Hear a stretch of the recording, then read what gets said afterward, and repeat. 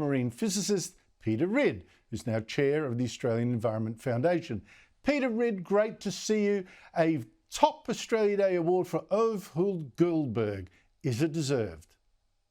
You've got to give it to old Ove. He's been incredibly successful in what he's trying to do over a long time. And look, I'm not going to be ungracious. I'll give him my congratulations. In actual fact, Ove is not the worst of these climate catastrophists. He's actually come out quite recently and saying that, we've got to go for nuclear power. He gets a lot of blowback from that because everybody on his side is anti-nuclear and the rest of it. So I'm going to give him it. But of course, look, these awards, they're for the establishment, for the insiders, and the insiders own the present. But the outsiders and the rebels, people like you and me perhaps, well, we own the future. Because what you're actually seeing is a growing distrust for a lot of this science. A favourite statistic of mine is that polls in America show that 60% of Americans reckon that climate change has become, quote, a religion that's being used to control us. So, the times are changing. Yeah, look, I've got to say that personally I found him quite nice. I had a lovely debate with him on the ABC, and he did, give him credit, apologise for falsely claiming he was being paid by Gina Reinhardt. He did admit that maybe he spoke in a moment of anger, I think. What is the state of the Great Barrier Reef? Record amounts of coral. In the last 3 years, we've never had more coral. This is statistics from the Australian Institute of Marine Science.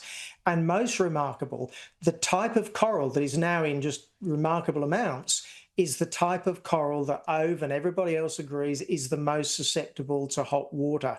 So how can you have all these supposedly massively destructive coral bleaching, hot water events and end up with record amounts of coral, especially the types of coral that are most susceptible? So it proves that completely conclusively that it's been exaggerated.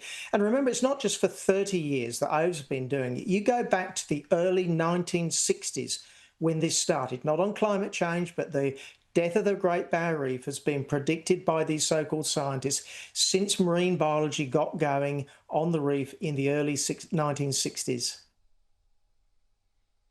Oh, look, I just don't get it. I mean, admittedly, apparently the Great Barrier Reef Authority is saying, it's been battered a little bit by the recent cyclone, a crown of thorns, some runoff from whatever. But at least to its credit, it's now saying reefs do bounce back. It's not irreparable, the damage. That's probably why the reef's been there for many, many thousands and thousands of years. So what does it say about the state of the science that Herb Goldberg, for all this charm, gets this award and skeptics like you lose their jobs? Look, what it says is that science has become dominated by the groupthink, by the insiders, essentially. And that's a real problem, where you can get something that is quite clearly demonstrably wrong, at least on the Great Barrier Reef. You can argue about, what's going to happen with the climate in 100 years, but what has actually happened in the last 30 years on the Great Barrier Reef is demonstrably wrong. And it means we really need this science auditing, which I've been pushing for the last basically 10 years. As you have, Peter Ridd, it's always great to talk to you, and it remains a tremendous injustice what was done to you. And may you one day, with a change of government, get the order of Australia that you deserve for courage in the face of a mob. Thank you so much for your time.